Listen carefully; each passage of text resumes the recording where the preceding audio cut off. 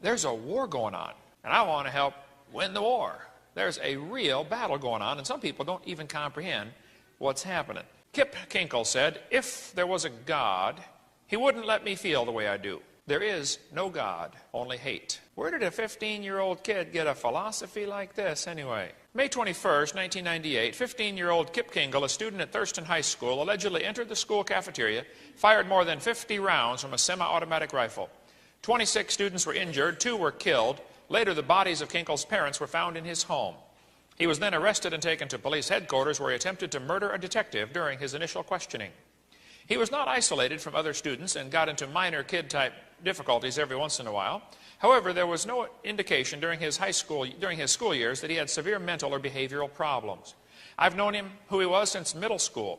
He was a friendly kid with a quick smile, and he was well liked. He had many friends because he attended the school district for many years. Both of his parents were teachers within the same district, and they were well loved and respected by all the other students and staff. They were the typical all-American family who lived in an upscale home in a rural subdivision of lovely homes and spent countless hours with their children. The parents were praised by every neighbor, friend, and fellow employee as devoted to their children. They fully participated in all their children's school activities, took them on cultural trips during vacations, etc. To date, however, there has been no closure about why Kip Kinkle murdered his parents, 2 students, and shot 26 other schoolmates. Kip said in a poem that he wrote called Love Sucks, he said, it's easier to hate than love because there is so much more hate and misery in the world than there is love and peace. Some people say that you should love everyone, but that is impossible. Look at our history. It is full of death, depression, rape, wars, and diseases. I also do not believe in love at first sight, but I do believe in hate at first sight. Therefore, love is a much harder feeling to experience. If there was a God, he wouldn't let me feel the way I do. There is no God, only hate. What causes a student to feel this way? What's going on? At Columbine High School, the kids who did the shooting, this article came out in Rocky Mountain News. They said their clothes may give a clue to the thinking of these teenagers. The autopsy report for one of the killers documents that on the day of the tragedy, he was wearing black combat boots, a black glove on his right hand, and a white T-shirt with the inscription, Natural Selection, on the front. This kid was a real strong believer in evolution. Right after the Columbine shooting, almost instantaneously, 5 more students from within the Springfield School District, principals or teachers. In the adjacent school districts, more students were arrested for violent threats. And in one case, an elementary school boy shot 5 of his classmates with a BB gun while they were playing out in the yard. What's going on? What I want to try to do in this seminar is give you a more clear picture of what kids are being taught, why they believe the way they believe, what's in these textbooks, and how the evolution philosophy is really responsible for a lot of the things we're seeing in our society today. I taught school 15 years, I have a PhD in education. I've now spoken on this topic to about 700 times a year for the last 13 years. This is an active study of mine. I really want to help. I go visit prisons all the time. I went and visited the 2 boys in Arkansas that shot everybody in Arkansas. I sat across the table for 2 hours and talked to those boys. Our ministry donates thousands and thousands of dollars worth of materials to prisons and to prisoners. We're putting our money where our mouth is, okay? We would like to help. I would like to give you my unbiased opinion of what I think is causing the problem in our society. In our seminar part 1, we talked about the Big Bang Theory and the age of the earth. In part 2, we explained why the people lived to be 900 years old before the flood came in the days of Noah. What was the Garden of Eden like? Seminar part 3, we talked about dinosaurs, where they fit into history. They're part of the normal creation. They were made on the day 6 along with the rest of the animals. They lived with Adam and Eve in the garden. Noah took them on the ark. Probably babies, of course. Just be sure to get a pink one and a blue one. After the flood, people killed most of them. They called them dragons, and there could be a few still alive today. On our seminar part 4 videotape, we talked about lies in the textbooks. Things that kids have to face every day that are simply not true. They're being lied to. I mean, there's just no kind way to say it, okay? There are 30 or 40 some basic lies in every single textbook that I have seen, and all of them are designed to get the kids to believe in evolution. Now, in this session, we're going to focus on the last 150 years of history to see what the evolution theory has done to people's thinking process. Let's review some of what we covered on part 4, and then we'll discuss racism, communism, Nazism, and the coming New World Order. Coming soon, folks, to a city near you, and then tell you, after we get you all scared when you see what's going on, then we're going to tell you what you should do about it. Okay? God's in charge. Don't get nervous. James Hutton, back in the late 1700s, started the idea in modern society that the earth is billions of years old. And we mentioned in Seminar 4 that this was a time of anti-monarchy. Get rid of the king and establish a democracy. The Laodicean age, Revelation chapter 3, the rule of the people. Well, James Hutton's book influenced a young lawyer named Sir Charles Lyell, and Charles Lyell wrote this book in 1830. There were a variety of people involved in this. It's hard to pin it on one person, but Charles Lyell certainly has to be one of the key players responsible for bringing us the evolution theory. He's the guy who invented the geologic column, which you kids have to study in school. And the geologic column does not exist in the world except in the textbooks. We covered video number 4. We covered all about the geologic column. This fellow says, I myself have little doubt that in England it was the long-age uniformitarian geology and the theory of evolution that changed us from a Christian to a pagan nation. And by the way, England today is a pagan nation. And I will quickly say America is also a pagan nation. I don't know if we ever were a Christian nation, but we're not now. And we might as well get used to it, folks. We have to reach them like you reach the pagans, like they did in Acts chapter 17, with the creation message. Charles Darwin, who wrote the book Origin of Species, and there's more to the title, we'll cover that in a minute, he was strongly influenced by quite a few folks. He was influenced by Lyell. He was influenced by a guy named Malthus. Now, Malthus had written a book saying, there are more people born than can possibly survive. So it's best if the weaker die off. Well, Darwin read that and believed it and said, well then, okay, that goes along with my theory of evolution.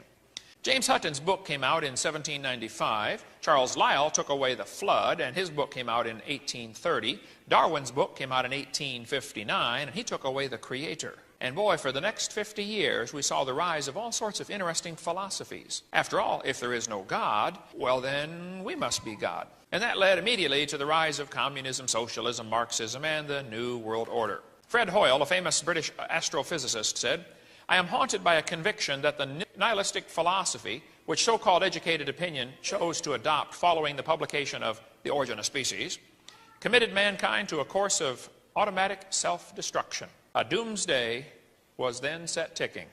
Fred, I agree. Most of what we're seeing today really started 150 years ago when people rejected God. See, there are 4 great questions and 2 ways to answer them. Who am I? Where did I come from? Why am I here? Where am I going when I die? Evolution tries to offer 4 answers to those 4 questions. Creation offers an answer to those questions also. See, if creation is true, there are 2 ways to look at the world. Some people look at it and say, well, it's incredible design, there must be a designer. That's the creation worldview. Other people say, nope, just evolved all by itself. The Bible says God created the heaven and the earth. But some people are able to look at this world and say with a straight face, you know, there's amazing. It's a big bang, made this from nothing. That's the humanist worldview. See, humanists put humans in God's place. They say man is God. Humanists regard the universe as self-existing and not created. That's the first plank in the Humanist Manifesto. Interesting. Evolution is the foundation for humanism. This fellow wrote a book, and in his book he said, do humanists believe in a supreme being? Emphatically, yes. That supreme being is man. Humanists have no knowledge of any being more supreme. This guy says the turning point in history will be the moment that man becomes aware that the only God of man is man himself. Now, just who owns this world anyway? People get this idea, I'm God. We're not such big shots, folks, okay? You're not God, okay? And the job's not even available anyway, okay? See, if evolution is true, then who owns this world? Fundamental question. Who owns the world? Who owns you? Who makes the rules? How do you decide right from wrong anyway? If evolution is true, how are kids supposed to decide right from wrong? They have no moral standard, no moral compass to go by. If man is God, and this is what humanism means, then the strongest make the rules. Might makes right. That's a natural philosophy that flows from evolution. There is no absolute standard, and there's no possible way to tell right from wrong. During the Civil War, one man decided he did not want to get involved on either side. So he put on a Yankee coat and rebel pants. He said, now they'll both leave me alone. Well, after the battle, he was found dead. His Yankee coat was full of rebel bullet holes, and his rebel pants were full of Yankee bullet holes. Folks, the problem is very simple. There's a war going on. We are in the center of the battlefield. This is the greatest war in history. All you need to do is decide who you want to fight for and get busy and work for your general. You cannot be neutral. You are either going to serve the Lord or you're going to serve the devil. You cannot be neutral in this war. There's a battle going on. Now, we as Christians have a tremendous advantage. We have a book that tells us how it turns out. See? And I read the last chapter, and we win. Okay? So what I'm going to share with you tonight might be a little scary in some points, but listen, don't get nervous. Just, it's time to get busy. It's time to pour on the coals. We're going to trace a little bit of the history of the war against God to try to give you an understanding so you can see how it fits in with what we should be doing today. See, God created the world and He makes the rules. The Bible says the earth is the Lord's and the fullness thereof. He created it. About 6,000 years ago this happened. Satan, somewhere along the line shortly after that, decided he wanted to be God. I suspect that Satan fell from heaven about 100 years after the creation. Certainly before Cain and Abel were born. That's the first date we've got. Adam was 130 when that happened. We cover more on that on video number 7. But Lucifer, who became the devil, the Bible says he was perfect in his days, in his ways, from the day he was created. See, he was one of the created beings, and Exodus 20 tells us everything was created in 6 days. So Lucifer also was one of the created beings during those 6 days. He did not fall from heaven before the creation, okay? Ezekiel tells us his heart was lifted up because of his beauty and his riches and his power, and God said, I'm going to cast you to the ground. Isaiah tells us, how art thou fallen from heaven, O Lucifer, son of the morning? How art thou cut down to the ground, which didst weaken the nations? Did you know it is Satan that is weakening the nations? He said in his heart, I will ascend into heaven. I will exalt my throne above the stars. I will sit upon the mount of the congregation in the sides of the north. I will ascend above the heights of the clouds. I will be like the Most High. See, Satan wants to be God, but the job is not available, and he's all upset about that. So he's decided, since he can't be God, he's going to destroy God's creation, which is us. The Bible says, yet thou shalt be brought down to hell, to the sides of the pit. They that see thee shall narrowly look upon thee and consider thee, saying, is this the man that made the earth to tremble? I think when we see Satan, we're going to say, that's it? This puny little fella, he was the one causing all the trouble? How many saw The Wizard of Oz, you know, when Dorothy finally got behind that curtain and saw that little old man, you know, back there pulling the strings and making the smoke? And this is the guy that did all this? Whenever I think of this verse, I think of The Wizard of Oz, you know. Satan's a puny little man who thinks he's doing great things. And we're all going to be amazed at how puny he is when we get to see him. This is the man that made the world as a wilderness and destroyed the cities thereof and opened not the house of his prisoners. Well, in the meantime, things are looking pretty bleak, okay? Satan and his followers are busy making their plans to rule the world. Kind of like Pinky and the Brain. How many have seen that show, Pinky and the Brain? That's hilarious, okay? But we don't need to be nervous, folks. In Psalms chapter 2, the Bible tells us, why do the heathen rage and the people imagine a vain thing? The kings of the earth set themselves, the rulers take counsel together against the Lord, against his anointed, saying, let us break their bands asunder and cast away their cords from us. He that sitteth in the heavens shall laugh. Did you know, God sees everything that's going on. He sees these people planning to rule the world, and he's laughing about it. And if we're God's children, you just stay close to God and everything will be fine, okay?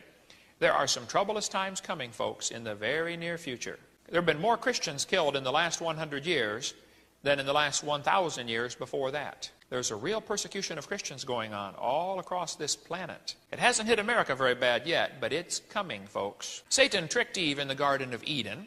He said to the woman, notice the first thing he did was to raise doubts about God's word. The second thing he said was, ye shall not surely die. Now he is calling God a liar. He's denying God's word. He deified mankind. Eve, you do what I tell you, and you get to be God. Boy, the Islams have followed that one, haven't they? So have the Muslims. And I mean, the Muslims, the religion teaches, you know, when you die, if you're a good Muslim, you get to go to heaven and have 72 wives. You get to be a god of your own little universe. The Mormons teach the same idea. I mean, 72 mother-in-laws. That's not heaven. Okay. Actually, my wife had a great mother-in-law. Satan's technique has always been the same thing, folks, okay? He wants to make you doubt God's word. He wants to deny God's word, and he wants to deify mankind. Ye shall be as gods. That's what he did to Jesus, remember? After when Jesus was tempted, he said, hey, Jesus, fall down and worship me. I will give you all these kingdoms. He always does the same thing, folks. His tricks are the same. The devil took him up into a tall mountain and said, all these kingdoms of the world and the glory of them will I give you if you fall down and worship me. Jesus didn't fall for it. He said, get thee hence, Satan. For it is written, thou shalt worship the Lord thy God, and him only shalt thou serve. You know, a satanic high priest named Aleister Crowley claimed that his demon, Oasis, Iwas, told him the year 2000 would mark the end of the superstition of Christianity and the beginning of the golden age, when those possessing the will to dominate and conquer would ascend to godhood. Now, Robin, you do a lot of taping of satanic type stuff, and, get into this, and Robin's running the camera back here. The Satan worshipers think they're going to get to become God. It's silly now, but, they're teaching man has evolved as far as he can go physically, and next we're going to evolve spiritually, where we get to realize we are God. See, what you believe determines your behavior. Belief determines your behavior. A lot of folks have attempted to rule the world because of their philosophy. They think they are God. Now, the Bible says, beware lest any man spoil you through philosophy and vain deceit, after the tradition of men and the rudiments of the world, and not after Christ. Philosophy comes from the word phileo, which means love of. Sophy means man's wisdom. The love of man's wisdom, philosophy. Dr. Henry Morris has a great book tracing the history of evolutionary thought. If I had to recommend 5 books to read for a person that wants to get involved in the creation movement, this would certainly be one of those 5. You need to read this one to see the history of evolution, called The Long War Against God. Now, some people reasoned, if there is no God, and if man evolved from dark-skinned apes, then the colored man must be less evolved than others. Racism has always been in the world, but I tell you what, when evolution hit the scene, racism really took off. Evolution is the foundation for racism. Notice the title to Darwin's book, The Origin of Species. There's more to the title, as I'll show you in a minute. Now, his book came out in 1859. Evolution came out way before that. Darwin just simply made the theory popular. Okay, and of course, racism was already in the world, but this book justified racism. They claim these monkeys are different species of monkeys. The origin of species. Well, they're still the same kind of creature. They're all the same. They're a monkey, okay? Here's more of the title. This book says, Darwin wrote a book titled On the Origin of Species by Means of Natural Selection. Now that gives you a little more of the title. But let me show you the entire title. You see, back in those days, books had long titles. Here is the entire title to Darwin's book. On the Origin of Species by Means of Natural Selection, or the Preservation of Favored Races in the Struggle for Life. Favored races? What do you mean by that, Charlie? Do you mean one race is better than others? That's exactly what he meant, folks. Darwin was a racist. He thought natives were just advanced animals. Here in Darwin's book, he said on page 243, the most exalted object we are capable of conceiving, namely the production of higher animals. Who are these higher and lower animals? Interesting.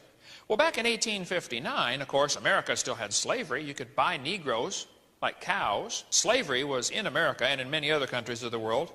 So Darwin's book really threw gasoline on that fire of racism.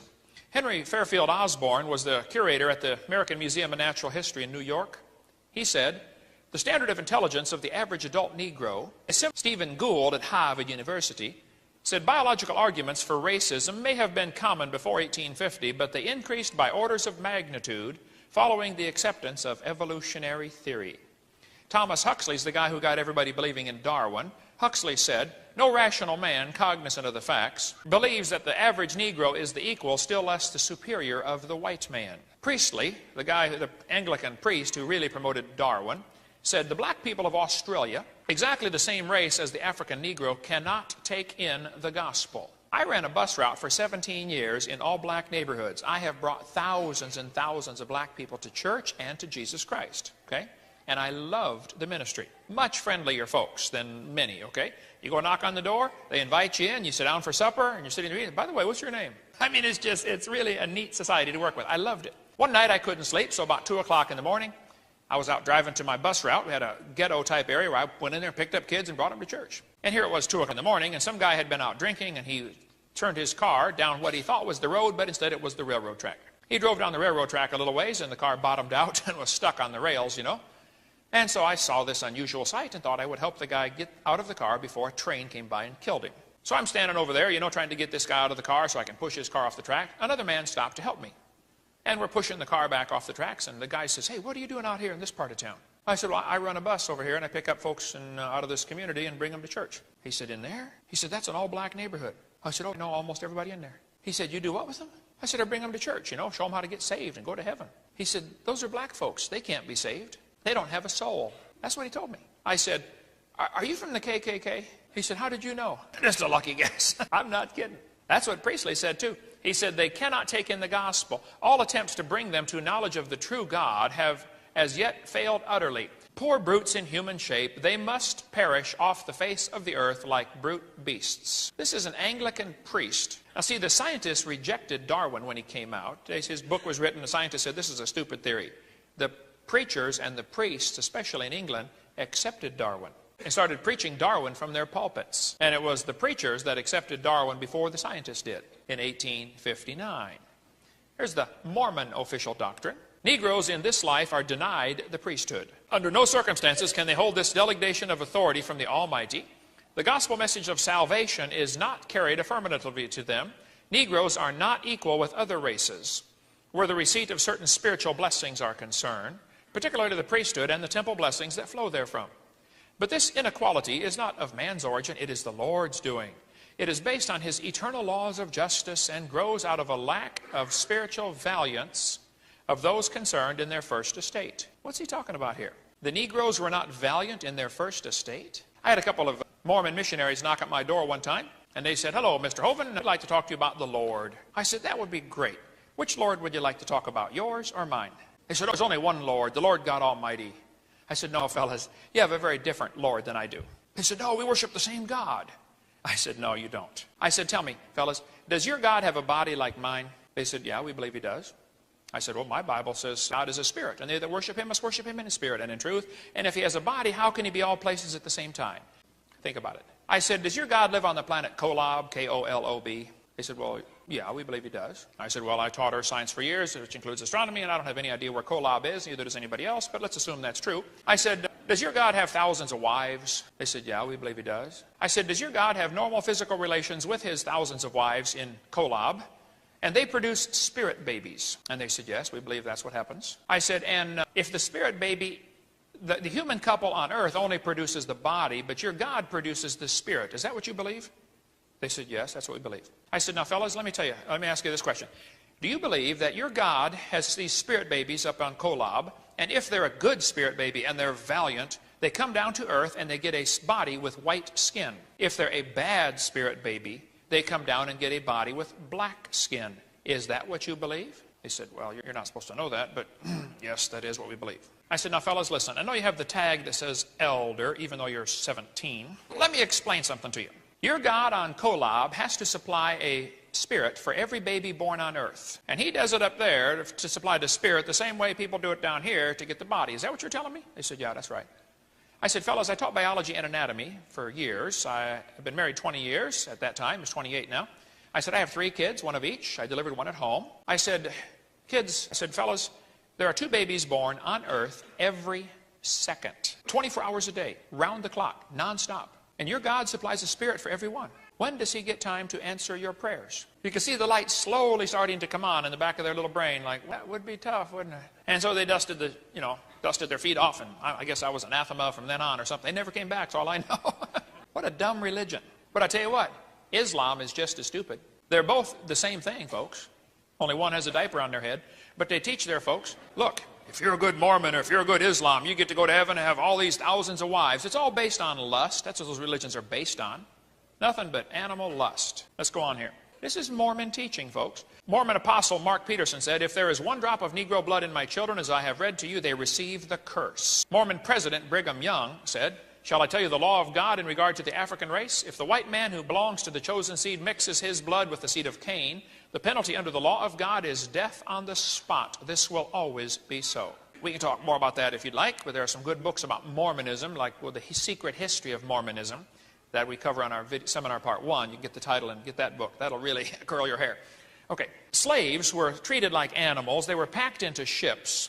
They were chained to the deck. They could not move. That place where they sat on the deck is where they ate and slept and went to the bathroom. That's where they lived for 3 or 4 weeks while they sailed across the ocean. At a very high loss rate, sometimes as high as 20%, till they started packing them not quite so tight. They were just simply treated like animals. You could buy them and sell them on the open market. Some people thought the people in Australia were a classic example of a missing link because their jawbones are bigger than average humans. And they said, see, this proves they're a missing link. Well, the reason they have bigger jaws is because Aborigines wander around in the outback. They don't want to carry it than average humans. And they said, see, this proves they're a missing link. Well, the reason they have bigger jaws is because Aborigines wander around in the outback. They don't want to carry a toolbox with them everywhere they go. They're a nomadic people. So they use their teeth as a vice. They're going to clamp down on a tree branch to strip the bark off to make a tool or something. They're constantly using their jaws. Not just for talking, but really hard use on the jaws, which makes the muscles get bigger. And any bodybuilder can tell you the bigger the muscles get, the bigger the bones get. Bones grow in response to muscle growth. And so they have bigger jaws because of their lifestyle, not because of evolution. But the Aborigines were rounded up and shot because people thought they were an inferior species. Every single one of them from Tasmania was killed. There are no Tasmanian Aborigines alive today. Last one killed in 1908. If you ever seen the movie Quigley Down Under, you know, they brought Quigley out there to shoot the Aborigines. That's what they wanted him to do. That stuff really happened, folks. They were killing them. They were putting them in, making slaves out of them, doing all sorts of mean things to these Aborigines. One missionary actually witnessed this, and the story's in Creation magazine. These two folks were going around collecting skulls for museums to be displays for missing links. Here's the story the missionary said right here. A New South Wales missionary was the horrified witness to the slaughter by mounted police of a group of dozens of Aboriginal men, women, and children. 45 heads were then boiled down, and the best 10 skulls were packed off for overseas. They shot them to get their heads for museum displays. Did you know the Smithsonian has 33,000 sets of human remains in their basement right now? It's called the Army of the Potomac. 33,000. Did you know in 1904 in St. Louis, the World's Fair had an exposition with over 2,000 what they said were primitive people? Anthropologist W.J. McGee designed the whole display. They were going to demonstrate how white man was superior. Where the St. Louis World's Fair was held is now, today, the St. Louis Zoo. One of the cages that held Ota Benga is still up today, as far as I know, and it was where they kept Ota Benga in with chimpanzees. He was a pygmy from Africa. They were demonstrating how close they were to the apes. Ota had a wife and 2 kids. He committed suicide over this. If you want to read more on Ota Benga, get the website rae.org. You can see a lot more about what happened to Ota Benga. President Roosevelt was influenced by all this propaganda.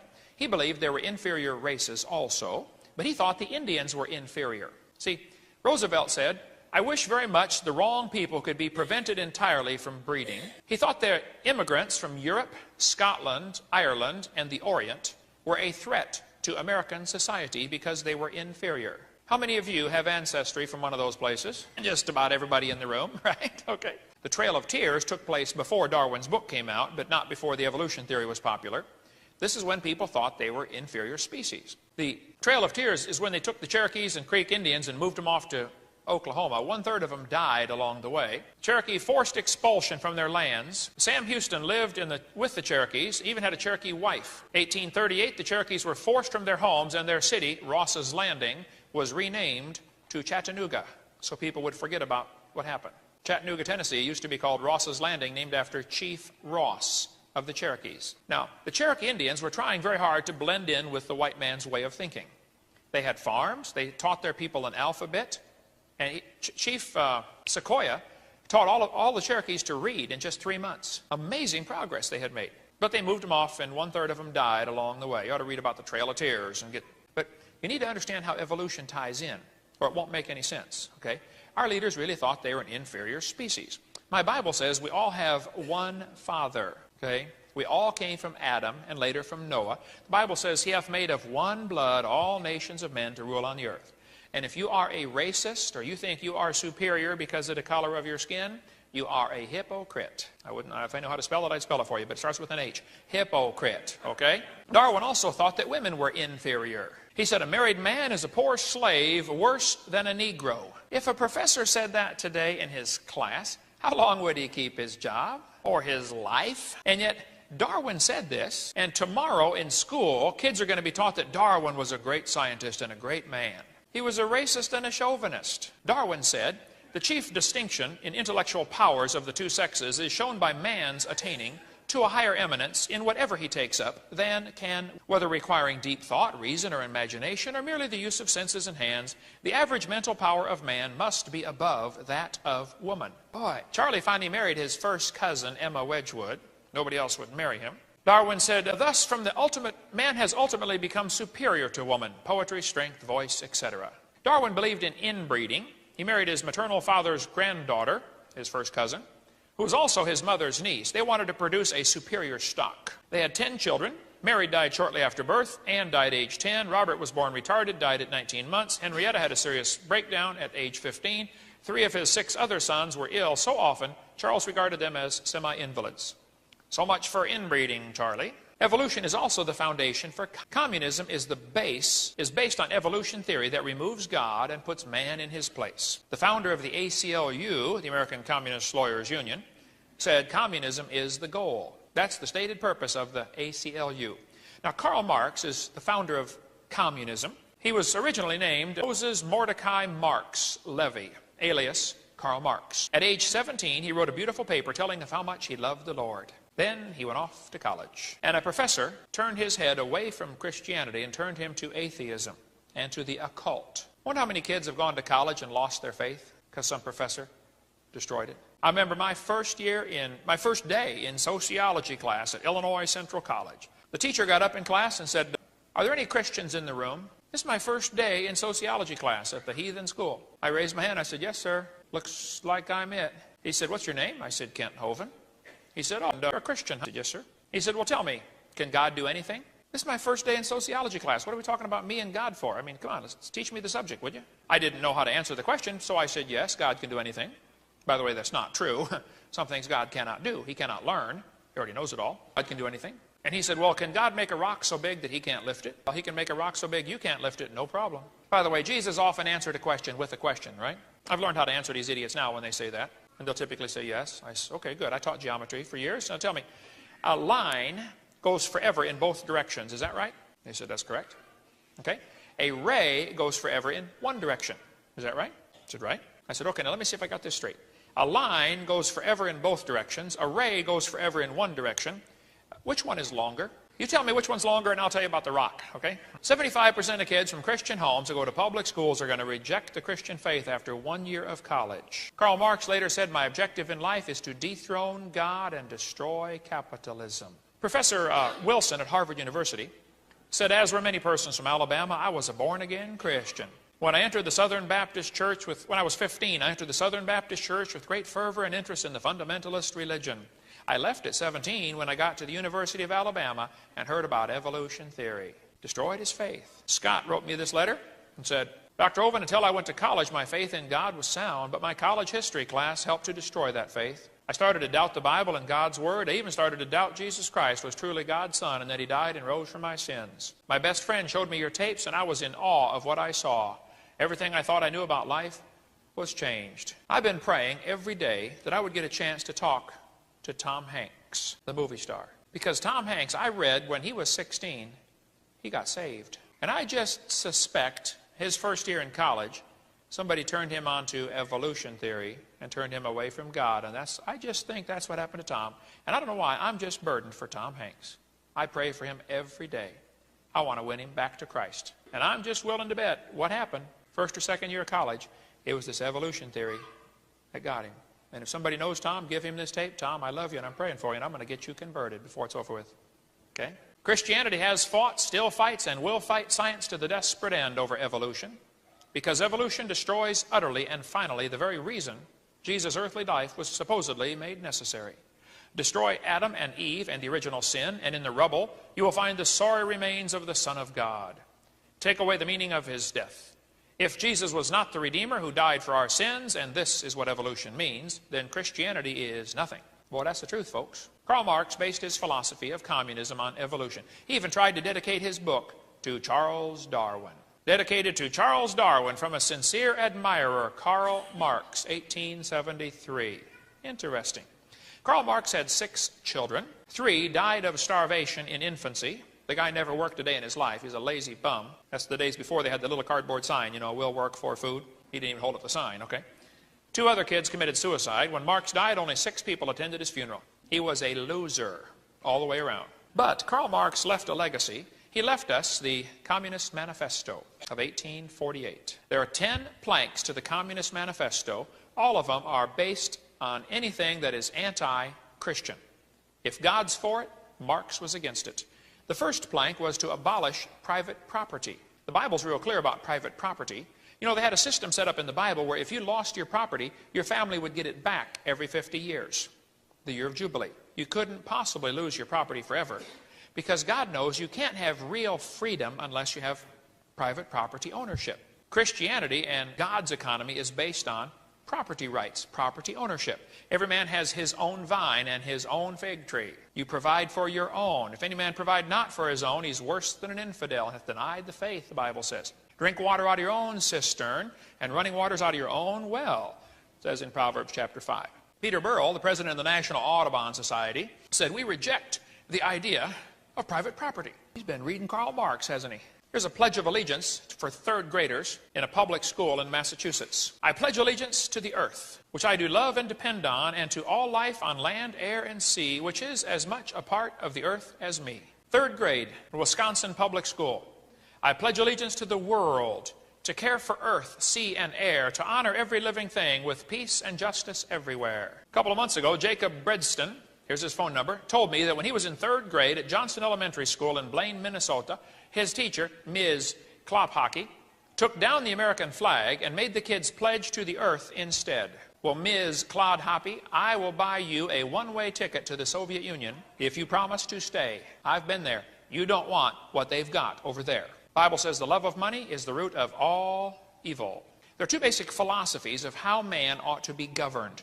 One is based upon evolution thinking, which says laws come from man's opinion. After all, if there is no God, then we must be it, folks. We better decide what's right and wrong. Rights are granted by the government, and the government should be the provider. Government should provide everything. That's really based on evolution thinking. It's called a democracy. And democracies are terrible forms of government. I sat by a lady on the airplane coming up here who was telling me how the government ought to do this, and the government ought to do that, and the government ought to provide this. And I said, ma'am, you don't have a clue what you're talking about. Did you know our founding fathers had a different philosophy? They said, we hold these truths to be self-evident, that all men are created equal. They're endowed by their Creator with certain unalienable rights. Hey, where do rights come from? They come from the Creator. Do you have the right to get married? Yeah. Where does this right come from? God. Well, then why do we ask the state for permission? A lot of folks don't understand, but if you get a state marriage license, you've now entered into a contract between you and your husband or wife and the state you live in. And any children you produce belong to the state. And they can come take them away if they don't like the way you're raising them. And it all starts with that marriage contract. There was no such thing as a marriage license till about 100 years ago. Listen to the preacher. It makes me nervous when I hear him say that. By the authority invested in me by the state of Wisconsin, I now pronounce you man and wife. Now, you want to study that subject out real carefully. Get the website hushmoney.com or .org. You can get a lot more on that. Hushmoney.com. Here it is. Same thing with churches. Why do churches ask the government for permission to exist? By becoming a 501c3 corporation. Peter Kershaw had written the book not only Hush Money, but also In Caesar's Grip, that you better read before you decide you want your church to be incorporated. See, our ministry, CSE ministry, is not incorporated. It's not a 501c3 corporation. And we have a very interesting time with the county officials in our county because they think they have authority over our ministry. And they don't. God has authority over it, and Christians died by the millions to preserve that fundamental right. We'll get into more of that some other time. But our founding fathers believed that this country was founded by Christians on the gospel of Jesus Christ. The other philosophy is what our founding fathers had, that creation is true, and laws come from the Creator, rights are unalienable, and the government should be limited to two things: punish evildoers and defend us from outside invaders. Those are the only two legitimate functions of government. They should not be involved in welfare. They should not be involved in education. It's called a constitutional republic. That's how it started, folks. But evolution says a man's in charge, so we better decide truth and better decide right and wrong. And the basic philosophies of government are really based on creation or evolution. Second plank in Karl Marx's manifesto was a heavy progressive income tax. Don't get me started on that one. We have a long 30-page letter we can send you on that one. Send our office a few bucks to cover copies, and we'll send you our 30-page letter about this topic right here. The third one was abolish the rights of inheritance. The Bible says a good man leaveth an inheritance to his children's children, and the wealth of the sinners laid up for the just. Karl Marx wanted to abolish the rights of inheritance. See, if God's for it, he's against it. Number 4, confiscate property rights. Number 5, a central bank. Remember, love of money, root of all evil. 1913, we got a creature from Jekyll Island, Georgia, called the Federal Reserve. You ought to read that book and find the history behind the Federal Reserve. Nothing federal about it, and there are no reserves. It's no more federal than the Federal Express or Federal rifle shells. Okay. Love of money, root of all evil. The Bible says the rich ruleth over the poor, and the borrower is servant to the lender. You see, the rich folks wanted to figure out a way to get all of the money. They would like everybody in debt to them, so that when you work, part of your money goes to them, even though they didn't do the work. You did the work, but they get part of the money. That's how debt works, isn't it? If you borrow money for a house or a car, well, then you work to give some of it away. Interesting. For centuries, the alchemists sought for ways to turn lead into gold. They failed. But the bankers discovered a way to do it. Start wars and finance both sides. Interesting. After the lead stops flying, the gold rolls in as interest payments on the national debt. Did you know during World War II, U.S. debt rose almost 600%, Japanese debt rose 1,300%, French debt rose almost 600%, Canadian debt rose 400%. Debt to who do we owe this money to? What's the national debt now, like 17 trillion when they're really honest and put all the numbers on the table? Who do we owe this money to? Every one of you is carrying in your wallet or your purse evidence of our debt. You want to see it? This is not a $5 bill. This is a debt note. This is proof of our debt. Federal Reserve note. This is not money, folks. That'd take a long time to explain all that, but the national debt is absolutely staggering. See, Nehemiah said, we have borrowed money for the king's tribute, and upon our lands and vineyards, and lo, we bring into bondage our sons and our daughters to be servants. I'm afraid we've got our sons and grandsons and great-grandsons in debt already right now, folks. Here's to give you a little bit of the history of the love of money and how this ties in. Okay? In 1776, we fought a war with England and gained independence from England and from the Bank of England. Only Congress had power to coin money. Jefferson warned if the American people ever allow private banks to control the issue of currency, by the way, Federal Reserves are private banks. First by inflation, then by deflation, the banks and corporations that grow up around them will deprive the people of all property until their children wake up homeless on the continent their fathers conquered. In 1792, Alexander Hamilton established a 20-year charter with the Bank of England. Big mistake, Alex. In 1812, renewal was denied and war broke out. England said, okay, charter's up, we want the colonies back. That's what the War of 1812 was really about, okay? 1833, Andrew Jackson removed all money from the chartered banks and put them into state banks. In 1836, the rich men, the Rockefellers, Rothschilds, these kind of guys, had Mexico invade Texas, started a war to punish America for not keeping their money in his banks. In 1861, these same rich men helped create the Civil War to disrupt the economy. They wanted to create debt and get their power back. See, they have power when everybody's in debt to them. They love it when Congress issues more money because they just print it and it's more debt. In 1861, the Industrial Revolution created great wealth in the hands of a few. You ought to read the book The Robber Barons for more on that. In 1907, banker J.P. Morgan deliberately created the financial panic to promote the idea of a central bank. In 1912, the communist, Marxist, Colonel House, who was Wilson's alter ego, he was in the Wilson administration, he wrote a book called Philip Drew, Administrator, to explain his conspiracy to establish a central bank and create a progressive income tax. 1913, Federal Reserve Act was passed and Federal Income Tax Act was passed. December 23rd, 2 days before Christmas, the Federal Reserve Act passed. Then the 16th Amendment was passed. Now this is the greatest hoax in history. All the senators had gone home. This is Christmas. Colonel House walks in, announces to practically an empty Senate, the 16th Amendment has passed. Now when an amendment passes, all the states have to ratify it. When this 16th Amendment to allow for the income tax went out to all the different states, almost every state didn't even vote on it. When it came up for issue, they said, this is unconstitutional. We passed. We're not going to vote on it. So when they said passed, that didn't mean they agreed. That means they didn't want to vote on it. 16th Amendment was never ratified. The law that never was, okay?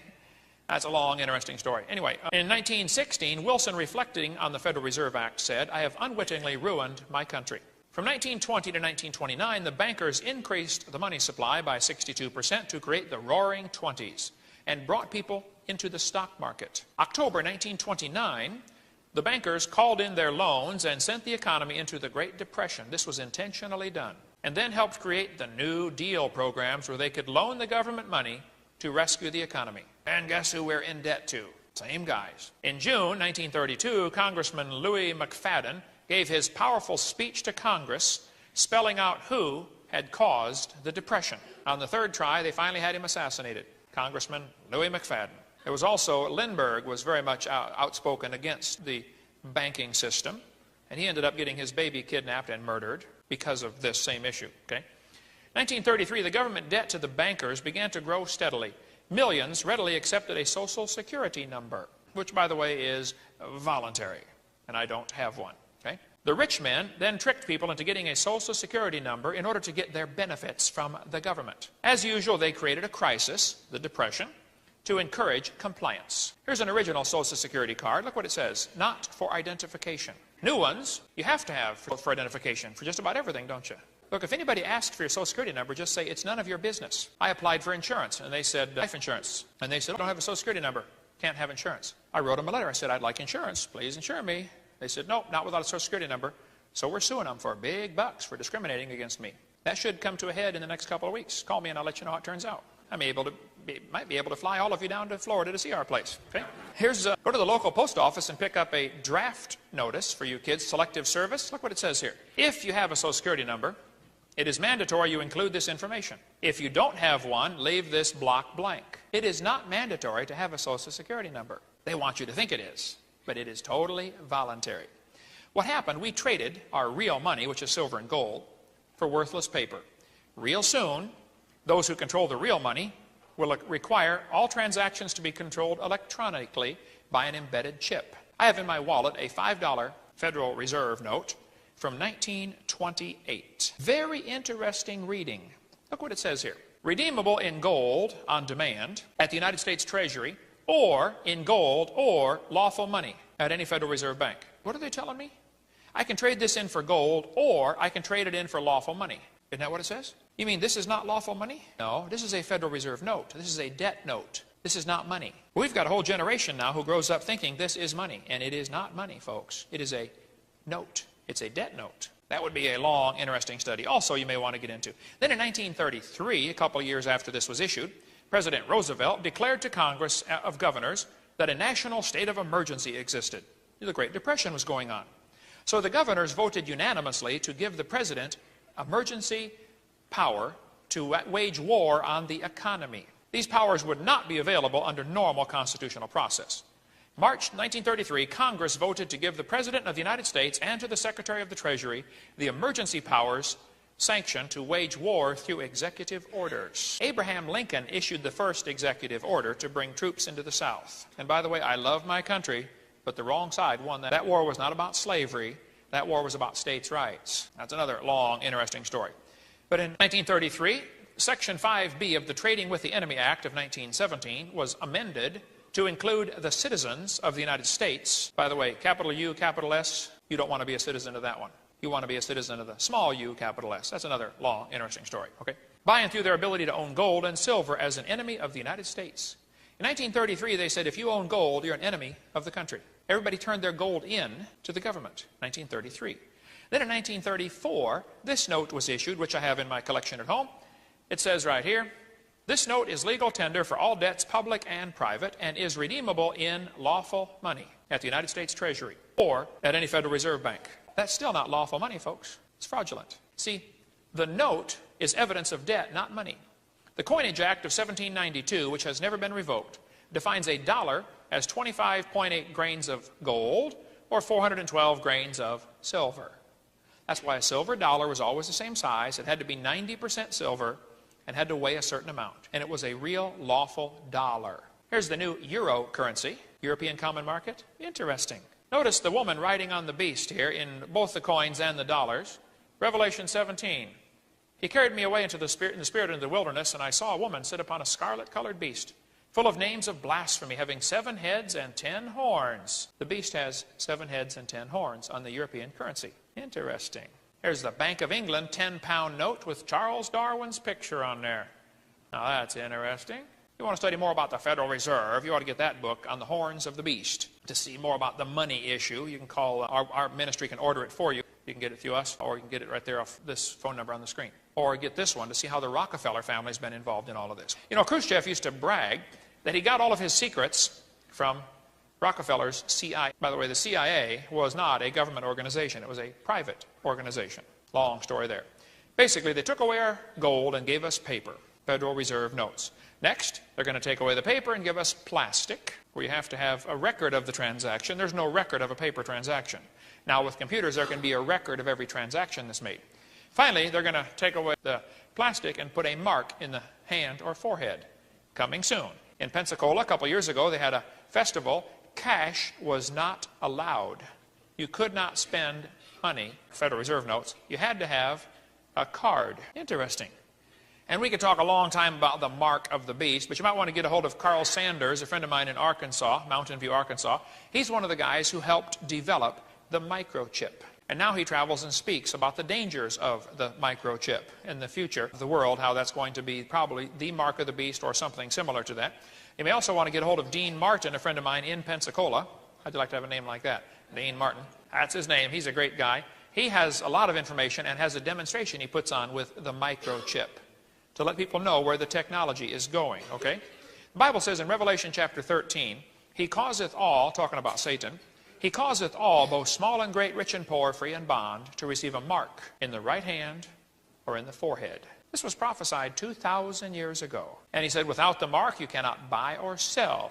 Revelation 14, if any man worship the beast, I think it's going to be a slow, gradual choking process where all of a sudden certain stores just, you don't have a mark, I'm sorry, you don't buy here. You're just gradually going to phase out the Christians who refuse this mark. It's not going to be a big glorious deal where you get to stand up. You're just slowly going to starve to death. Now, I don't know, but I suspect that's what's coming. I know in Washington, D.C., you cannot ride the bus or the transit system unless you have a card in your wallet, which has a microchip embedded in it. And you don't even take it out of your wallet. You step up on the bus and you walk through this little archway and automatically deducts the fare from your card.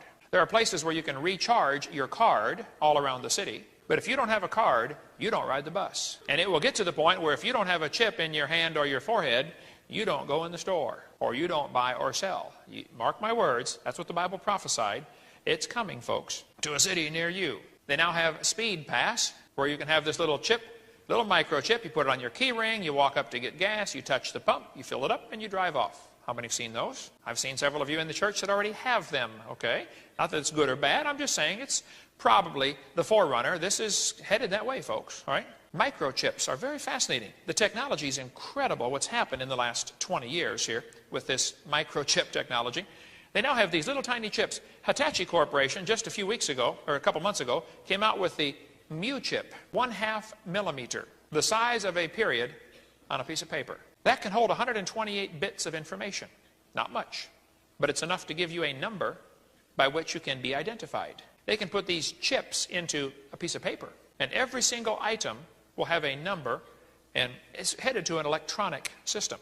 What's going to happen in the future? You walk into the grocery store, you gather up everything you want, and you push the cart outside, and there are no checkouts. It's automatically deducted from your account. But in order to do that, you will have to have a chip. Well, that's interesting. That's also going to make it kind of easy to track people that the government's looking for, isn't it?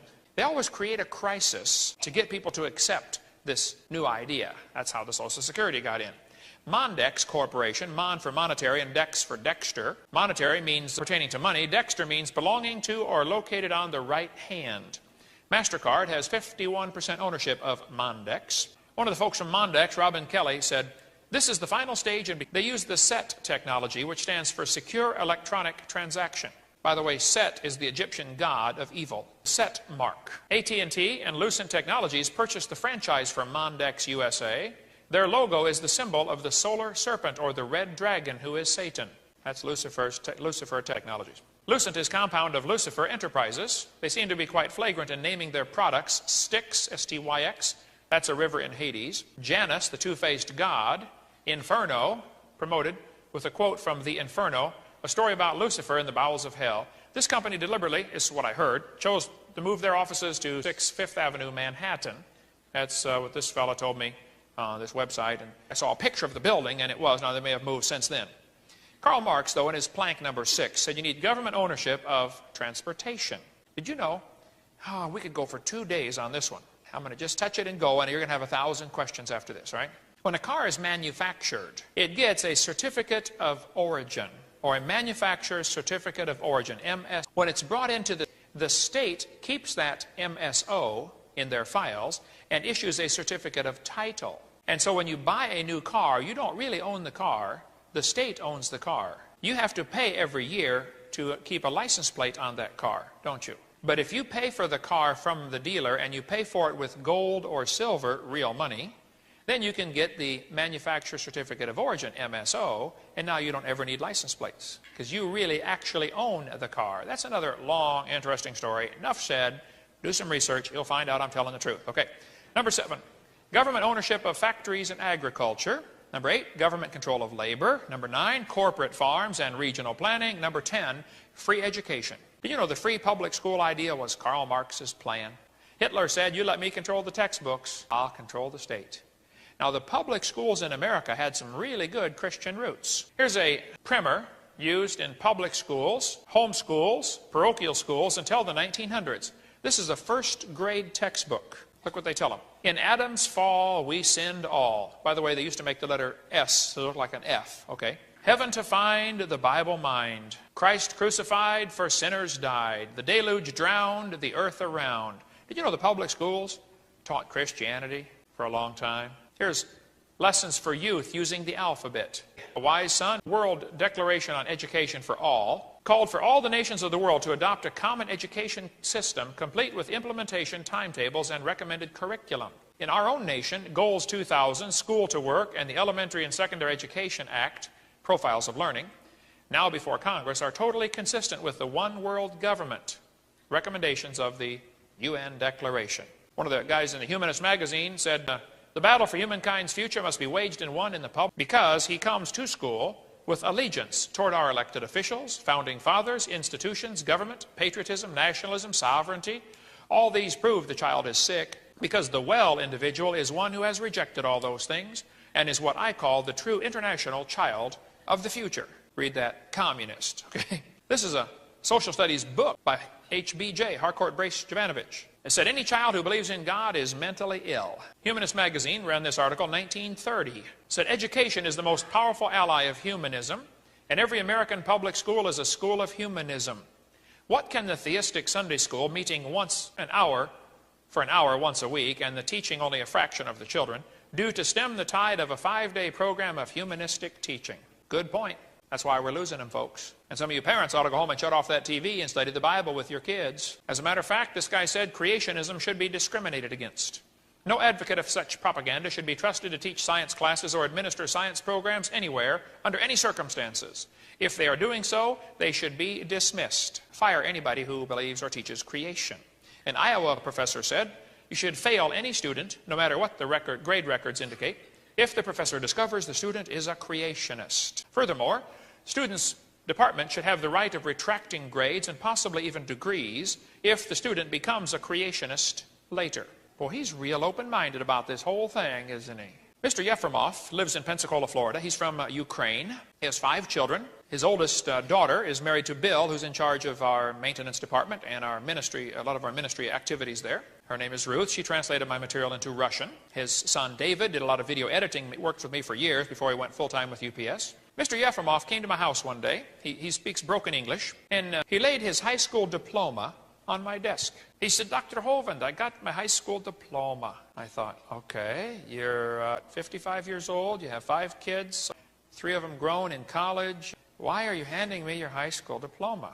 He said, oh, let's look at my report card. He showed me his Russian report card. You know, I couldn't read it, but he said, this means A, and he had almost all A's and B's. I said, okay, yeah. He said, Mr. Hovind, you don't understand. They just sent me my diploma 35 years later. I said, why? He said, when I was in high school in Russia, I took a test before I graduated. One of the questions on the test was, do you believe in evolution? I said, no. They refused to let me graduate. Mr. Yefremov did the voiceover when we put my tapes into Russian, the first tape. We've redone it since then.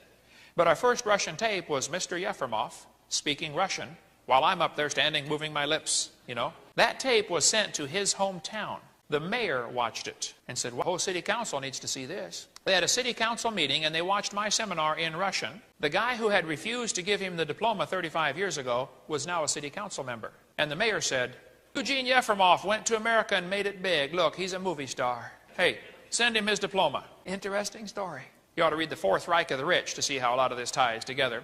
John D. Rockefeller was very influential in using his money to ensure that the American school system became communistic, humanistic. Okay? Now listen, folks, I love my country, but I fear my government, and you better too. Here are the communist rules for revolution.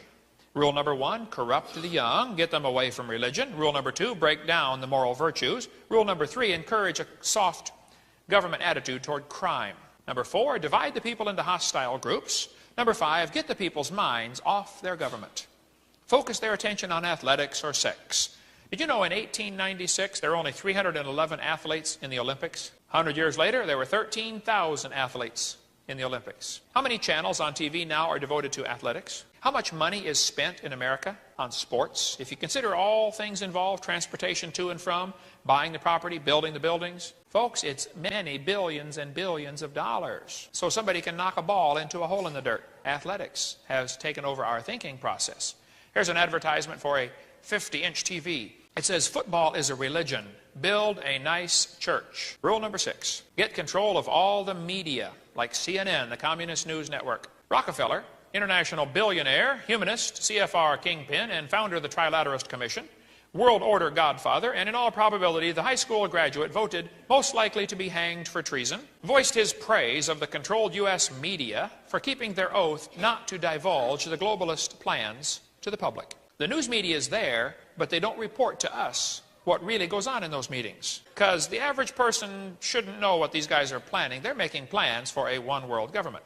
He went on to explain, it would have been impossible for us to develop our plan for the world if we had been subjected to the lights of publicity during those years. But the world is now more sophisticated and prepared to march toward a world government. The supranational, that means above the national sovereignty, of an intellectual elite and world bankers is surely more preferable to the national autodeterminism practiced in past centuries. Richard Cohen of CBS said, we are going to impose our agenda on the coverage by dealing with issues and subjects we choose to deal with. Remember when O.J. Simpson was on the news for almost a year? This was done intentionally to divert our attention away from the fact with what was happening with China being given the port in Los Angeles. Chinagate was going on. They didn't want us to know about that, so they focused our attention on O.J. Simpson. Somebody said he's getting married again. He wants to take another stab at it. Richard Salent, the former president of CBS News, said, our job is to give the people not what they want, but what we decide they ought to have. New York Times is deliberately pitched to the liberal, read that socialist, point of view, said the foreign editor of the New York Times. He ought to know. News reporters are certainly liberal and left of center. Walter Cronkite's one of the best of them, as far as left as you can get, okay? By the way, opposite of right is not left. Opposite of right is wrong. The news media in general are liberals. Okay. Number 7, destroy people's faith in their leaders. Stalin is attributed with this statement. He said, those who cast the votes decide nothing. Those who count the votes decide everything. The last election ought to tell us something about that, right? Number 8, cause the registration of all firearms so that you can eventually confiscate them. Lenin said, one person with a gun can control 100 people without one. Now picture this. You're standing there in the bank to cash a check. Somebody walks in and holds up a gun and says, everybody lay on the floor. Everybody lays on the floor. Now, picture this. Every red-blooded, honest, God-fearing American citizen is packing a gun. He's not looking for trouble. He just has a gun, just in case, you know. The guy walks into the bank, pulls out a gun. Everybody lay on the floor. Instantly, 80 guns are pointed at him. No, sir. You lay on the floor. Gun control is not about guns. It's about control. Every dictator has wanted gun control. Lenin wanted it, Stalin wanted it, Hitler wanted it. See, the one who has the gun is in control, and this goes back to the ye shall be as gods. You know, you are the boss. Goes right back to that, folks, okay? Don Boys, good friend of mine, said gun control is not about guns, but control. Don said, you might be a liberal if you don't trust honest Americans with automatic weapons, but you do trust the government with them. You might be a liberal if you think guns are the cause of crime, but you don't think matches are the cause of arson. You might be a liberal if you think death penalty is government-sanctioned killing, but you don't think a prison sentence is government-sanctioned kidnapping. I like this guy's thinking, okay? Our founding fathers gave us the Second Amendment, which says, a well-regulated militia being necessary to the security of a free state, the right of the people to keep and bear arms shall not be infringed. They gave us a Second Amendment so we could protect ourselves in case the government went bad. That's what it's for. See, the bad guys are not afraid of a few hundred people with guns. But if everybody's armed, it's going to be hard to take over a country if they know everybody's armed. I told you in another session that a lot of animals that eat grass have horns. You don't need horns to eat grass. You need horns as an education tool to educate the lion to stay off your back so you can eat the grass. That's what the horns are for, right? If the lions held a conference to outlaw horns on animals, they said it was dangerous to allow these untrained animals to have such dangerous weapons. They cited several examples where some animals had accidentally been harmed by horns. You know, I bet if the lions could vote, they would vote that nobody should be allowed to have horns, wouldn't they? I bet they would. That's what happened when the guys got shot in Colorado. Liberal news media right away jumped on the gun control issue, and we covered all that earlier. And the issue is not about guns, folks. The real issue is, should we have public schools, okay? Should we teach those kids evolution? And that's what happened in Colorado, okay? Hitler said, at least this is one quote I've not been able to prove, but I've had several folks tell me it's true, but I can't find it yet. He said, this year will go down in history. For the first time, a civilized nation had full gun registration. Our streets will be safer, our police more efficient, and the world will follow our lead into the future. Janet Reno said, gun registration is not enough. Waiting periods are only a step. Registration is only a step. The prohibition of private firearms is the goal. Ohio Senator Metzenbaum said, what good does it do to ban some guns? All guns should be banned. Sarah Brady of the Brady Bill said, our task of creating a socialist America can only succeed when those who would resist have been totally disarmed. Bill Clinton said, and we should. Every community in the country could then start doing major weapons sweeps and then destroying the weapons, not selling them. And I misspelled his name on purpose to give it the Soviet flavor, okay? But you know, in the first 12 months after gun owners in Australia were forced to surrender 640,000 guns to the government, they destroyed them. The program cost the government $500 million. Well, after that happened, in the first 12 months, homicides nationwide were up 3.2%. Assaults went up 8.6%. Armed robberies went up 44%. In the state of Victoria, homicides with firearms are up 300%. Figures over the previous 25 years show a steady decrease in armed robbery with firearms. There's also been a dramatic increase in break-ins and assaults of the elderly. In 1911, Turkey established gun control. Later, 1.5 million Armenians, unable to defend themselves, were slaughtered. In 1929, the Soviet Union established gun control. And for the next 30 years, 20 million dissidents, unable to defend themselves, were rounded up and slaughtered. 1938, Nazi gun control said Jews are prohibited from carrying firearms and ammunition. They established gun control in 1938, and for the next 6 years, at least 13 million Jews and others were rounded up and exterminated because they were unable to defend themselves, okay? China established gun control in 1935, and for the next 10 years, 20 million political dissidents unable to defend themselves were exterminated. Guatemala established gun control in 1964. In the next 15 years, 100,000 Mayan Indians unable to defend themselves were exterminated, killed, murdered. Uganda established gun control in 1970. For the next 8 years, 300,000 Christians were murdered because they were unable to defend themselves. Cambodia established gun control in 1956. And from 75 to 77, 1 million educated people, maybe more, unable to defend themselves, were rounded up and exterminated. Defenseless people around the country, around the world, exterminated in the 20th century, about 56 million. Next time someone talks in favor of gun control, ask them, who do you want to round up and exterminate? See, with guns we are citizens, without guns we are subjects. Well said, Mr. Bracken. In 1982, the town of Kennesaw, Georgia, passed a law requiring all able adults, except convicts or conscientious objectors, to have a gun. You had to have a gun in Kennesaw, Georgia. They've had only one murder from an out-of-state criminal with a gun and have had no increase in crime or violence in 12 years. I mean, if you're a criminal, you're going to go to a place like that? One of the major chains like AutoZone, it wasn't AutoZone, but one of the major auto parts chains, the government, their leader said, we're going to have a rule, no guns allowed in our stores. So they sent out a memo, everybody post a note on your store, no guns allowed. What does that say to a criminal? Rob me. Isn't that what it says? You think that criminal's going to obey your sign? I can see it now. He's standing there holding the gun on the counter, on the guy behind the counter. The guy says, hey, can't you read that sign out there? Hello? The plan is very simple. You create a crisis, like blow up the Reichstag like Hitler did, or blow up the Muir building like our government did, to get people to accept your solution, which is more anti-terrorist laws and gun control. And if you think Timothy McVeigh blew up the Oklahoma City building, you are really duped. A long story behind that. The communist definition of peace is the absence of resistance. Now, communist is based on evolution, the idea that man can be God. Karl Marx talked about evolution all through his speeches. He kept talking about historical evolution is on your side. At a very early age, While still a pupil at the ecclesiastical school, a Christian school, Comrade Stalin developed a critical mind and revolutionary sentiments. He began to read Darwin and became an atheist. You know, Joseph Stalin went to a Christian school, and Darwin's book turned him away from God. That's the book that influenced Joseph Stalin. Now, my daughter-in-law is from the Ukraine. Joseph Stalin intentionally killed 10 million people in the Ukraine. I've been there and preached over there, folks. It is a poverty-stricken country. That's the breadbasket of that whole area. I mean, they can grow more food than they could ever possibly eat. Communism has destroyed that place. Joseph Stalin, it's estimated that he killed between 60 and 100 million of his own people during his reign of terror. Nobody knows for sure. You ought to read some of the books by Alexander Solzhenitsyn, if you can read a 900-page Russian book. Somebody gave me one of these big books, you know, the Gulag Archipelago. I said, Oven, you got to read this. I said, yeah, right, man, that thing's 12 feet thick. He said, okay, just read the first 10 pages. I said, all right, I'll read 10 pages. For the next 3 days, I couldn't put it down. I was up day and night reading that whole book. I couldn't believe.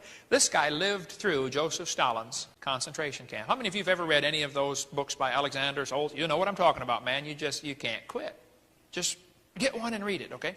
You know, during World War II, Poland was attacked from both sides. Russia hit them from one side, and Germany hit them from the other side. And the Polish army put up a ferocious resistance, but they were absolutely hopelessly outnumbered, and they collapsed. Well, pretty soon they divided Poland up. Russia gets part, Germany gets part, and Russia had a bunch of prisoners. In 1992, the Russians finally admitted what happened to all the prisoners. They took 14,700 officers from the Polish army, tied their hands behind their back, and then jerked them up as hard as they could and wrapped the rope around their neck. But first they put a hood over their neck, over their head. Put a hood on their head, put the rope around the hood, put them into railroad cars and took them out to the Katyn forest and shot them in the back of the head.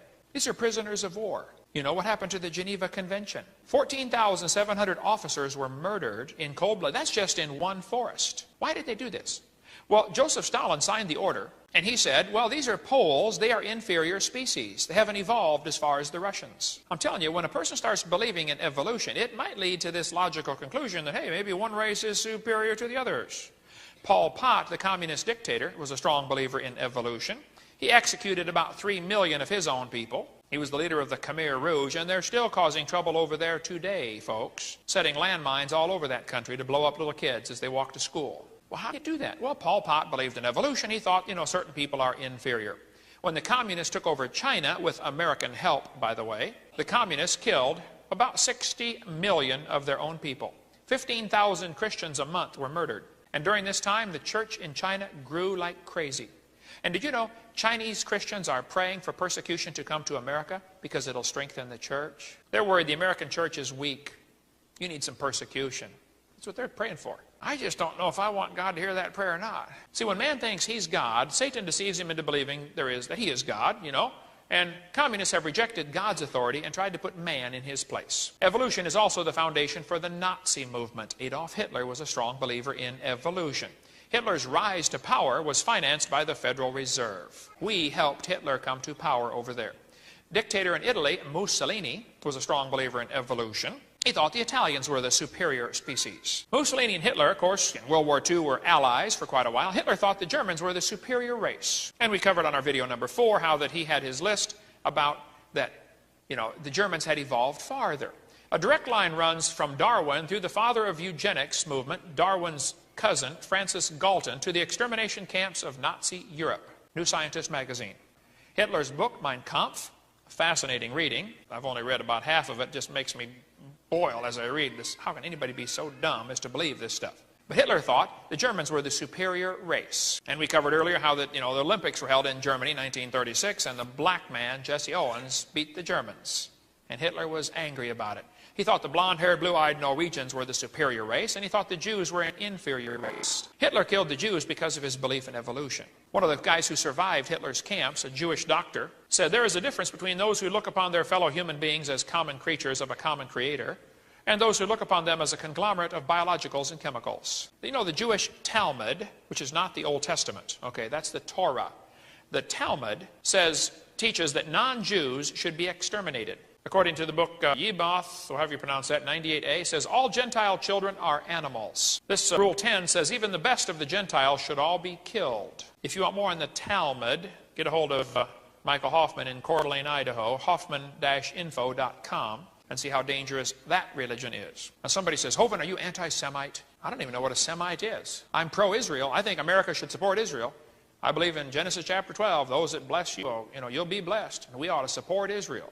I'm not sure who these Semites are, but man, I think we definitely ought to support Israel, okay? I've been to the Hitler concentration camps. I've preached in Germany 3 times. During World War II, there was a Polish salesman working for the IG Farben chemical company. He sold cyanide, Zyklon B, and malathion to the Nazis to help exterminate the Jews at Auschwitz. After the war, he thought, well, I'm a war criminal, they're going to come after me. He feared for his life, so he joined the Catholic Church and became a priest. He hid in a convent for a while, or monastery, till things calmed down. At age 1958, he was ordained as Poland's youngest bishop. 30 days later, the reigning pope was assassinated, and he became Pope John Paul II. And by the way, the guy that wrote this book, Milton Cooper, was assassinated 2 months ago. But all you got to do is type in cyanide and pope on a website, and you'll get all sorts of documentation. This is exactly what happened, folks. Just better study that out, okay? What Hitler did to the Jews is because of his belief in evolution.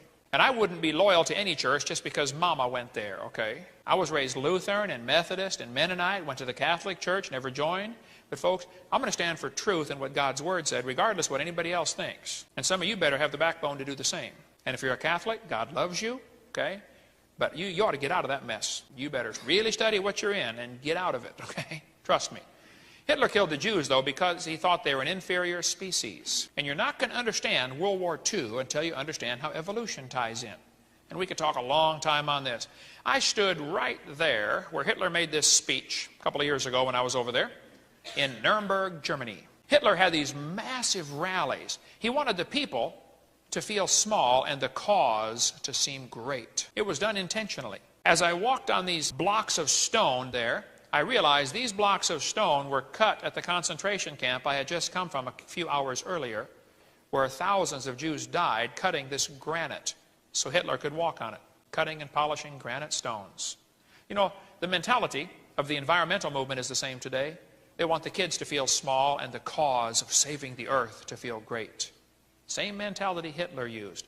Hitler knew you have to reach the young people. I've had many people come to me and say, Brother Hovind, I was in Hitler's youth in Germany.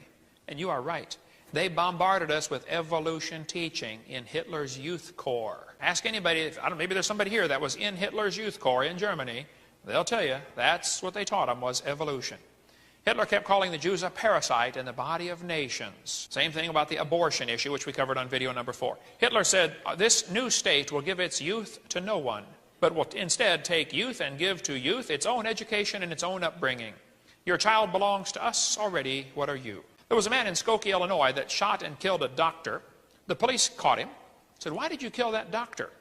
Here's what the man said. He told the authorities he chose a plastic surgeon from the phone book and killed him because they, the hairdressers and people who make blue-tinted contact lenses, are diluting the Aryan beauty. Folks, the Nazi movement is alive and well today, including in Milwaukee, Wisconsin. Am I right? Robin, do you get into any of this stuff? Okay. Hitler wanted to think, though, he wanted to hide behind the cross. There's a great book by Marvin Lutzer, president of Moody Bible Institute, about how Hitler he deceived the Christians didn't oppose Hitler for the longest time. Here's a propaganda picture Hitler used. He's walking out of a church with a cross over his head. And everybody thought, what a great Christian he is. The guy was a heathen, okay? They had Nazi baptisms and Nazi altars. Hitler said, if you tell a lie long enough and loud enough and often enough, the people will believe it. The Japanese were taught that they had evolved farther and therefore were superior to all other races. The Japanese scientists produced studies decrying the apish physical features of other races. He said the other races are more hairy. That proves they haven't evolved as far. Japanese have very little hair, very little beard, okay? And the long arms of the Americans prove they're, part ape. He noted the highly evolved characteristics of the Japanese, which included milder body odor. Time, Australia, 1995. The surprise attack on Pearl Harbor had many causes, but one major underlying factor to consider is the evolution-based thinking of the Japanese. They really thought they had evolved farther, and they really deserved to rule the world. And they were shocked when the Americans surrendered at Bataan in the Philippines, and they thought, oh, they're just animals. The Bataan Death March, it goes back to the philosophy the Japanese had about their superiority based on evolution. It's also the foundation of the New World Order. United Nations, the New World Order, a one-world government, they want to establish a UN military force that can intervene in internal affairs of any country. They would like the UN to eliminate veto power held by the U.S. They would like to give the UN jurisdiction over Earth commons, the oceans, all minerals in the Earth's crust, the atmosphere, the airwaves, etc. Did you know the Earth's already been divided up into 10 regions? Now, preacher, I don't know, but maybe we've missed something in Christianity, reading about in the end times when there's going to be 10 kingdoms give their power to one king, you know, in the book of Daniel and the book of Revelation. Everybody's been thinking this is the European common market. And maybe it is, I don't know. But maybe these 10 kingdoms are actually the entire world divided up into 10 kingdoms. I don't know. I think we ought to consider that and study that a little farther. These guys are making serious plans to rule the world. And God is up in heaven laughing about it. The heathen rage. The people imagine a vain thing. He that sitteth in the heavens shall laugh. Hey, God sees what's going on, and he's laughing about it. Did you know they want to give the United Nations the power to tax fishing on the oceans, anything being emitted to the atmosphere? Folks, there's a real serious problem brewing on the horizon.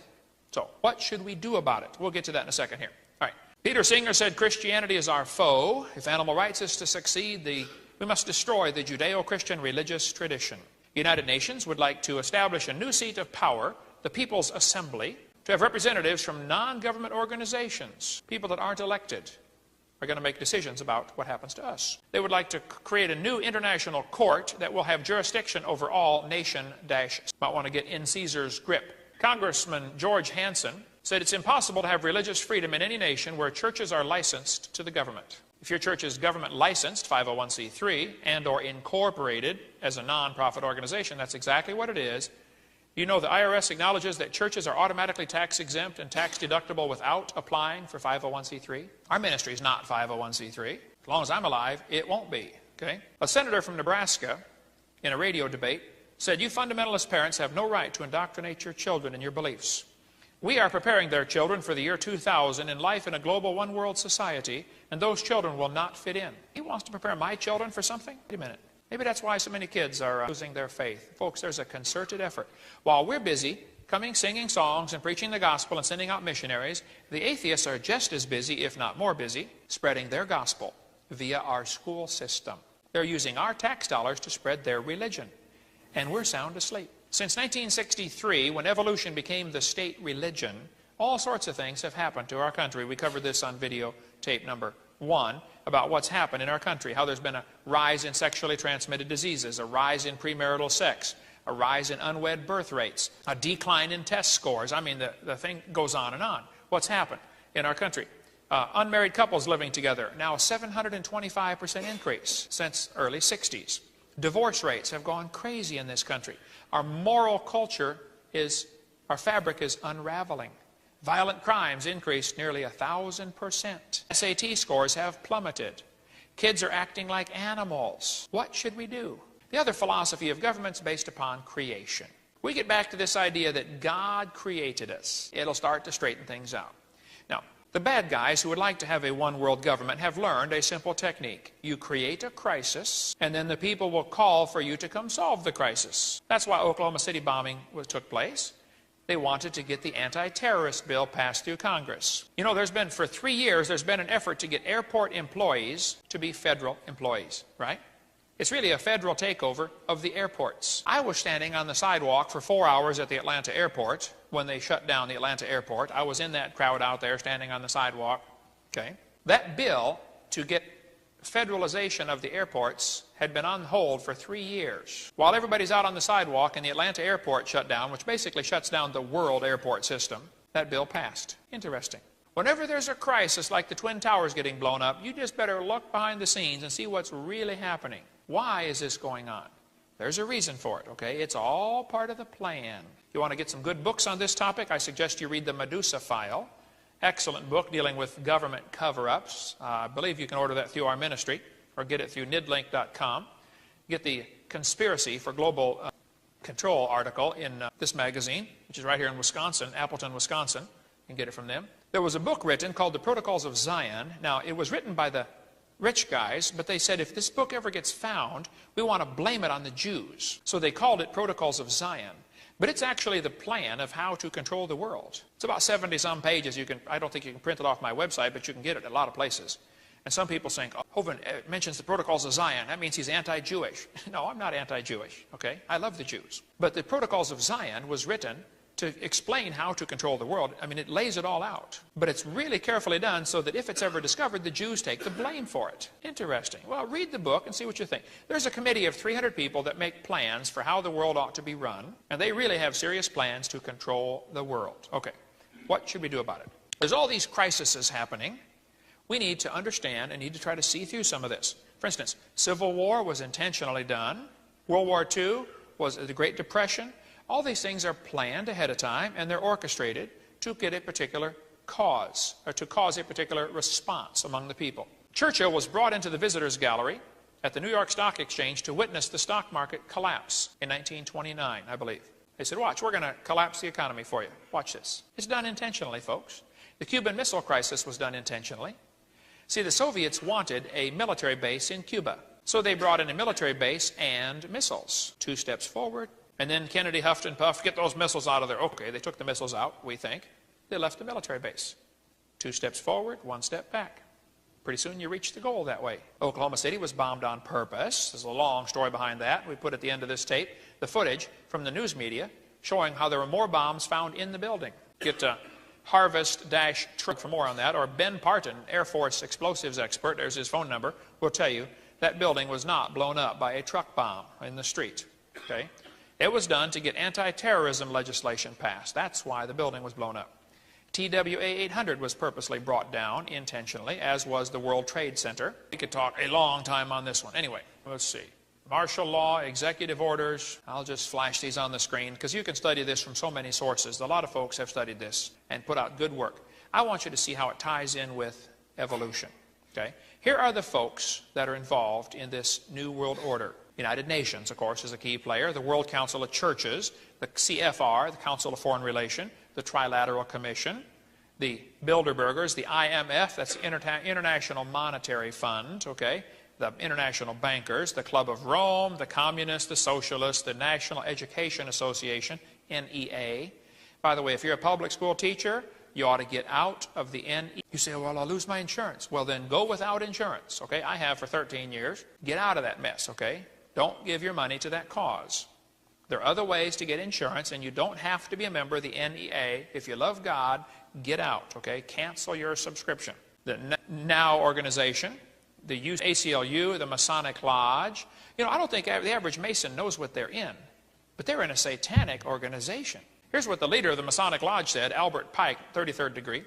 He said, that which we must say to the crowd is, we worship a God, but it's the God that one adores without superstition. To you, sovereign general inspectors, grand inspectors general, we say this, that you may repeat it to the brethren of the 32nd, 31st, and 30th degrees.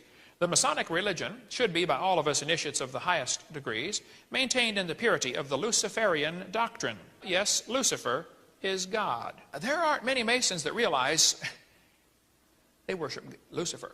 When the Mason learns that the key to the warrior on the block is the proper application of the dynamo of living power, he has learned the mystery of his craft. The seething energies of Lucifer are in his hands, and before he may step onward and upward, he must prove his ability to properly handle energy. Manly Hall, Lost Keys of Masonry. You want more on the Masonic Lodge? Get this book, excellent book, by John Henry, it's not his real name, by the way, or this one you can get from Chick Publications, Masonry Beyond the Light, www.chick.com. They have lots of good books on the Masonic Lodge. My Bible says to swear not at all. Here's the Masonic oath that they swear. They put their name in here. Do hereby swear that I will always conceal and never reveal any of the secrets of Freemasonry to any person. If I do, I consent to having my throat cut from ear to ear, my tongue torn out by the roots, my body buried in the sands of the sea at low water mark.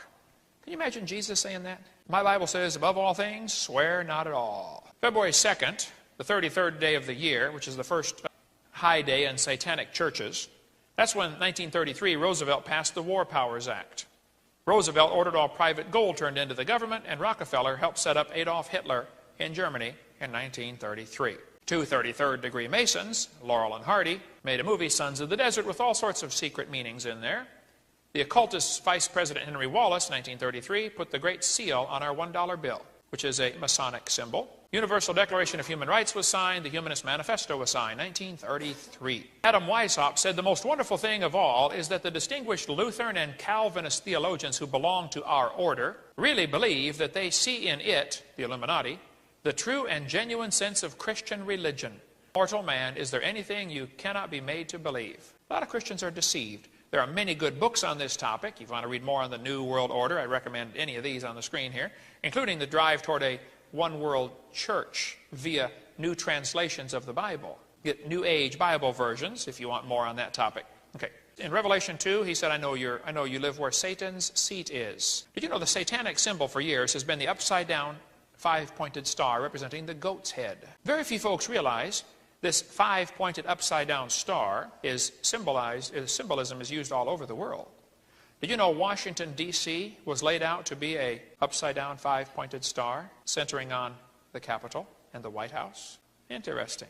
The world is a mess. Satan wants his one-world government. Christians are going to be squeezed out. We're going to see a mark of the beast coming soon. It's a mess. What should we do? Okay. What we need are men and women of understanding to know what to do. In Proverbs, it says, a man of understanding and knowledge, the state thereof. We need some people of understanding. In 1 Kings, he prayed, give therefore thy servant an understanding heart to judge thy people. The Bible says Abigail was a woman of good understanding and beautiful countenance. That doesn't hurt, okay? Ezra chapter 8, he said there were chief men of understanding. 5 different times in chapter 8, it talks about men of understanding. Men that had understanding of the times to know what Israel ought to do. If anything, we need some pastors with understanding to understand the situation and to know what they ought to do to lead their people, because troublous times are coming. Folks, it is time to get motivated. Not the time, like that song, you know, when the house is burning to the ground, it's not the time to stand around arranging all the pictures on the wall. Find something to do. Here's what I recommend you do. Number one, you need to realize God's in control. Don't get nervous. Get busy, okay? He's the potter, we're the clay. Let him do something with you. Look, this is his world. He can do with it as he pleases. We're just his servants. Do what he says. He promised he will finish the work. The devil thinks he will usurp God's kingdom. He's in for a surprise, okay? Number two, be wise as serpents and harmless as doves. Number three, be careful. That means full of care for nothing. Don't get so worried about things on this earth. It's not going to matter. Number four, pray for those in authority. We were commanded to do that in 1 Timothy, to pray for those in authority. We are his children, so we need to preach the gospel. Just obey his orders, okay? We're supposed to be the salt of the earth. Salt flavors. Salt irritates. If nobody's irritated at you, you're not a good Christian. You don't have to try to irritate anybody. You just try to be salty. That will irritate them, okay? You need to use your influence on school boards, politics. I think Christians should be very involved in influencing their community. People say Christians shouldn't get in politics. Tell that to King David and King Solomon. Okay? I think you ought to use the creation method as a means of evangelism like they did in Acts chapter 17. Paul on Mars Hill said, the unknown God that you ignorantly worship, here's the one I want to talk to you about. God, the creator of the universe. Read Acts 17 and see how he never quoted one verse. He used creation as a means of evangelism. Kids in your town tomorrow are going to be taught evolution. Here's a chapter summary. Life arose from non-living matter present on early earth. That's an insult to God's word, isn't it? That ought to bother somebody. Kids are being taught that we got here by a process called evolution. And you are paying to have them taught this stuff. Number 6, don't get distracted. You know, we get distracted so easily. You ever seen a mobile that you put over the top of the baby's crib? You wind it up, you know, and the kid lays there and goes, he gets distracted. Satan is a master at distracting God's children. Did you know the average American watches 1,500 hours of TV a year? That's enough time to read your Bible 22 times cover to cover. I don't think you ought to sit around and read your Bible all day, every day, but you ought to read it some. Psalm 101 says, I will set no wicked thing before mine eyes. Hey, suppose you made a rule around your house. If something wicked comes on TV, you shut it off for 2 hours. If you see someone immodestly dressed, you shut it off. If you see someone drinking alcohol, if you hear a curse word, you shut it off for 2 hours. How much would you watch? Well, then read that verse and explain to me. The Bible says, for the transgressions of the land, many are the princes thereof. You know, we got a lot of bureaucrats in this country because we deserve it. We're wicked. The Bible says, righteousness exalts a nation, but sin is a reproach to any people. Solomon was told by the Lord, hey, you want revival? If my people, God said, which are called by my name, shall vote Republican and join the militia, seek my face and turn. For David's older brother was in the battle against Goliath. Everybody was afraid to fight Goliath, but little David showed up with the cheese and the raisins, and David's older brother said, what are you doing here? Why don't you go home and take care of the sheep? Little David said something fascinating, to me anyway. Little David said, is there not a cause? Hey, question, what is your cause? What are you anxious to do this week, or this month, or this year? What's your cause? My cause is to take the creation message to everybody, to get people saved, and if they're saved, I want to get them fired up to do something for God with their life. That's my cause. I live for that. I wake up in the middle of the night and get ideas to put in my presentation. I live to spread the creation message. I want to preach to everybody in the world. Thoreau said there are 1,000 hacking at the branches of evil to one who's striking at the root. I want to go right to the root of the problem. The problem's not abortion. The problem's evolution. The problem's not communism. The problem's evolution. It's a philosophy, a rejection of God. That's where the problem is. Hey, is this your cause? You can't wait to find out who won the stupid bowl. Is this your cause? A ball? Or a hockey puck? I mean, is this where your time and energy and money goes? The Bible says, he that loveth silver shall not be satisfied with silver. You know, people that watch a lot of football on TV, you know what they want to watch more. People that have $1 million, you know what they want? More. People that have 1,000 pairs of shoes in their closet, do you know what they want? More shoes. People that have a big house, you know what they want? Bigger house. People that have 75 acres, you know what they want? 100. People that have a fast car, you know what they want? A faster car. Nothing in this earth is going to satisfy. Might as well figure it out. Okay? It's not going to satisfy. Did you know, if you spend $500, you can buy a real nice set of golf clubs. And then if you're willing to practice for thousands of hours, you got to really be dedicated. You have to dedicate yourself and practice. Get the grip just right. You know, shoulders bent, knees slightly bent, club face perpendicular to the ball, V-shaped grip, fingers laced, bend the right elbow first. If you practice for thousands of hours, someday you will be able to knock a ball into a hole in the dirt. And the angels rejoiced. Hey, if you're a Christian, seek those things that are above. Folks, we're going to lose it all here. It's all going to burn. Okay? Set your affection on things above. Love not the world, the lust of the world, the pride of life. The Bible has a lot to say about that. This world's going to pass away. And number 7, listen for the trumpet. The Bible says, the dead in Christ shall rise first.